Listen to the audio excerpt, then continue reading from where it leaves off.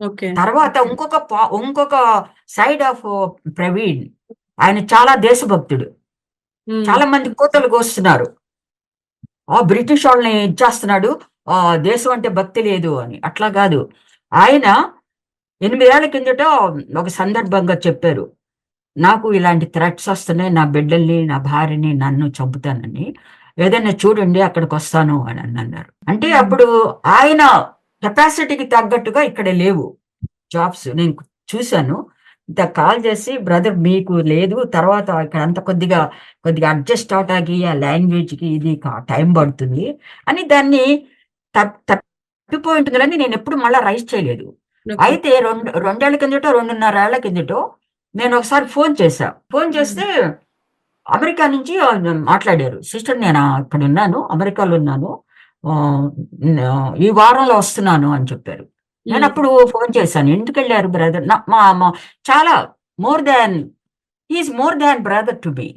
Okay. ఎందుకెళ్లారు అంటే, ఇలా అంతకు ముందు చెప్పారు. ఇలా నేను షిఫ్ట్ అయిపోతున్నాను అంటే నేను చెప్పాను. మంచి పని చేశారు. చక్కగా శుభ్రంగా అక్కడుండి. అక్కడ కూడా మీరు దేవుని సేవ చేయొచ్చు. అక్కడ కూడా వాళ్ళకి కూడా క్రీస్తు అవసరం. మీరు అప్పుడప్పుడు ఇండియా వచ్చి మీరు మాట్లాడండి బ్రదర్. మీకు డబ్బులున్నాయి. మీరేం ఈజీగా చీర్‌ఫుల్ హార్ట్ మీది అని నేను హ్మ్. చెప్పా. హ్మ్. తర్వాత ఆయనొచ్చారు. ఆయన కాల్ చేశారు. బ్రదర్ కాల్ చేసినట్టున్నారు. బ్రదర్ కాల్ చేశారు. చేసి సారీ సిస్టర్ నేను కొద్దిగా లేట్ అయింది. లేట్‌గా మీకు ఫోన్ చేస్తున్నాను. అంటే మరి ఏంటి అని ఒక 3 నెలలు మాత్రం ఉన్నారు. తీసుకొచ్చేసారు ఫ్యామిలీనంతా. హ్మ్. సరే నేను జోక్ చేశా. అని ఎందుకొచ్చేసారు? చక్కగా శుభ్రంగా ఈ గొడవలన్నీ లేకుండా, ఈ అటాక్స్ వాళ్ళతో వీళ్ళతో అనిపించుకోకుండా, అక్కడుండి చక్కగా మీరు పని చేసుకుంటూ, మన ఇండియాలో ఎంతోమంది బీదవాళ్ళున్నారు. అక్కడ మీరు డబ్బు సంపాదిచ్చి, ఇక్కడ ఈ బీదవాళ్ళందరిని రక్షించవచ్చు కదా! ఇచ్చేయొచ్చు మీరు. ఎందుకొచ్చేసారు అని నేను కొద్దిగా కోపంతో మాట్లాడా. సిస్టర్ మీకు తెలియదు నేను అక్కడ అడ్జస్ట్ కాలేకపోయాను. నాకు మన దేశం అంటే చాలా ఇష్టం. అది మీకు తెలీదు. నేను ఆహ్, నాకు చాలా ఇష్టం హైదరాబాదు. మన దేశం. నాకు ఓకే. చాలా ఇష్టం. మనోళ్ళతో కలిసి ఉండాలని. నేను అక్కడికెళ్ళాక అది మరీ గుర్తించాను. అమెరికా వెళ్ళిన తర్వాత.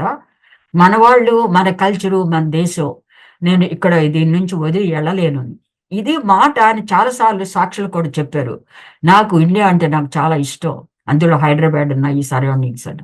ఆయన చాలా దేశభక్తి గలవాడాయన. హ్మ్. నేనప్పుడు నవ్వుతా అన్నాను. అంటే ఇక నేను మిమ్మల్ని ఎప్పుడు భారత్‌కి జై అని అనాలన్నమాట. భారత మాతాకి జై అన్నాం బ్రదర్ అన్నాం. అంటే